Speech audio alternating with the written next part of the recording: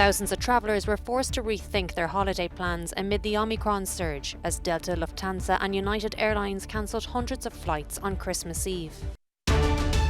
4 Pakistani migrants are seeking asylum in Lithuania, while the parliament votes to restrict the movement of migrants in the country for up to a year. Ski resorts in Austria's Salzburg region take a hit due to new COVID-related travel restrictions. Journalists in Afghanistan face an uncertain future, as 43% of the nation's media outlets have shut down operations since the Taliban took power in mid-August. A nightmare before Christmas. This comes as thousands of passengers around the world faced travel disruptions and flight cancellations on Christmas Eve. The surge in coronavirus infections and the rise of the Omicron variant has pushed Austria, the Czech Republic, Italy and France to enforce tighter measures on arrivals, especially on those from high-risk countries. Delta, United Airlines and Lufthansa have all reported staff shortages. The German national carrier says it will cut its winter flight plan by around 10% as the spread of the new strain fuels travel uncertainty. That's 33,000 flight cancellations between the middle of January and February. Meanwhile, US-based airline Delta says after exhausting all options and resources, it was forced to cancel 116 scheduled flights for Christmas Eve. Many disappointed holidaymakers and families looking to reunite during the festive period now face a different kind of Christmas, as once again COVID-19 disrupts one of the busiest travel periods of the year. As the UK grapples with the spread of the new coronavirus variant, a large-scale booster programme is underway. The government is aiming to offer a third vaccine dose to everyone 18 and over by December the 31st. The Prime Minister, Boris Johnson, even used his Christmas message to encourage vaccination. After 2 years of this pandemic, I can't say that we're through it. How can I, when Omicron is surging, where we all know we must together try to stop the spread of this new variant? And though the time for buying presents is theoretically running out, there is still a wonderful thing you can give your family and the whole country. And that is to get that jab, whether it's your first or your second or your booster, so that next year's festivities are even better than this year's. And in the meantime, I thank you and I wish you all a very Merry Christmas. Omicron has become the dominant variant in the UK, where there have been record numbers of new cases. England has reinstated some restrictions, but more may come into effect after Christmas.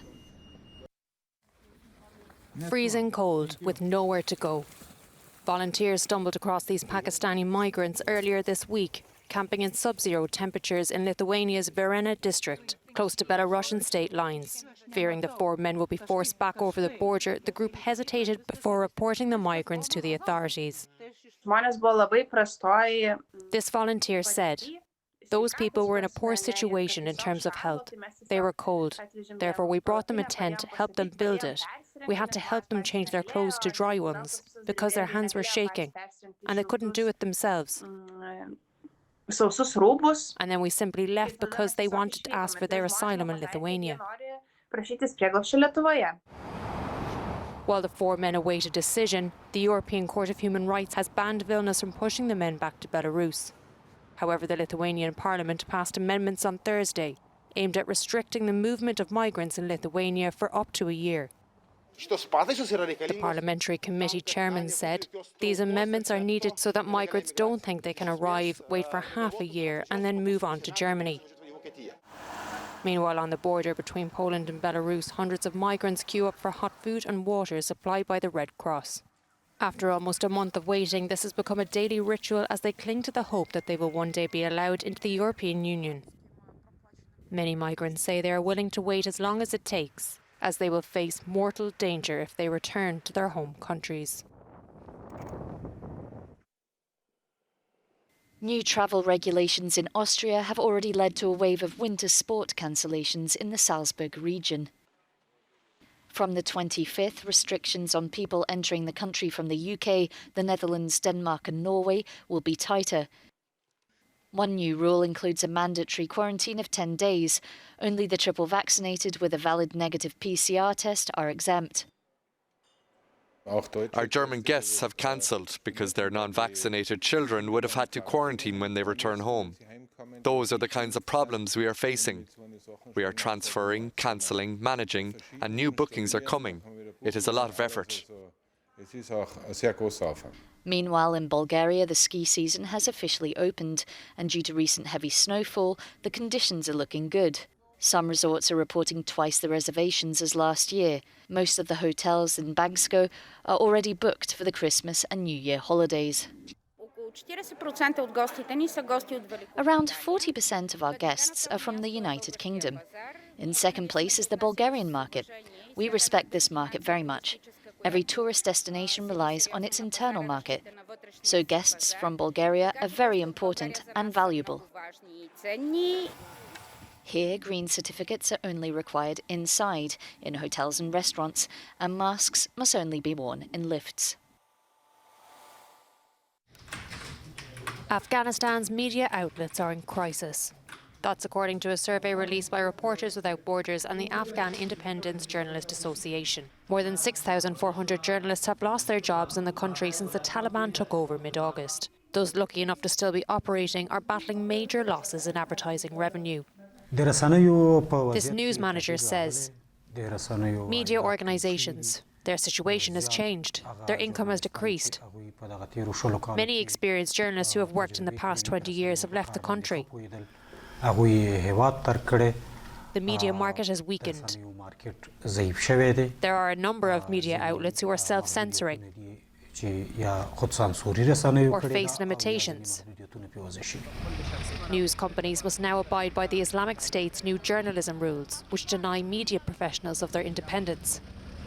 However, those who break the regulations are at risk of being persecuted. This video journalist lost his job during the Taliban takeover. He now sells corn and makes less than €2 a day. He says, unfortunately, I don't see a bright future.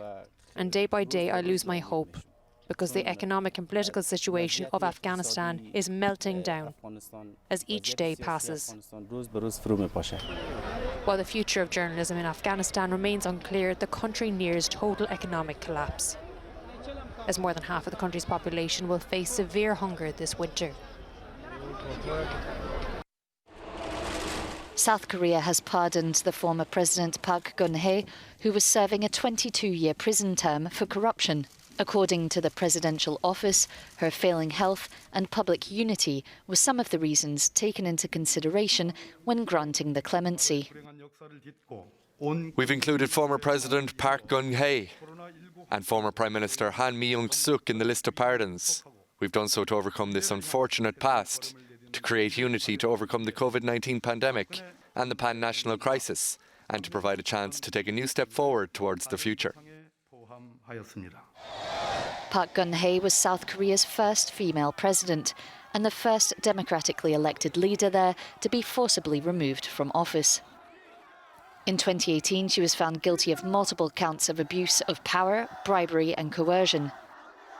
The charges prompted months of massive street protests. Universities in Hong Kong have removed the city's only surviving Tiananmen massacre memorials, which served as grim reminders of the suppression of the Chinese pro-democracy movement in 1989. As the Communist Party continues to clamp down on democratic freedoms, the goddess of democracy at the Chinese University of Hong Kong was dismantled Friday morning. In a separate incident, Lingnan University also removed its bas-relief memorial display, which commemorated the movement. This student says the June 4 bas-relief and the goddess of democracy are important as they help students discover their history and develop critical thinking skills. Lingnan University is trying to eliminate history. This action destroyed the opportunity for Lingnan students to learn about history. This comes as the University of Hong Kong removed another monument, the Pillar of Shame, on Thursday.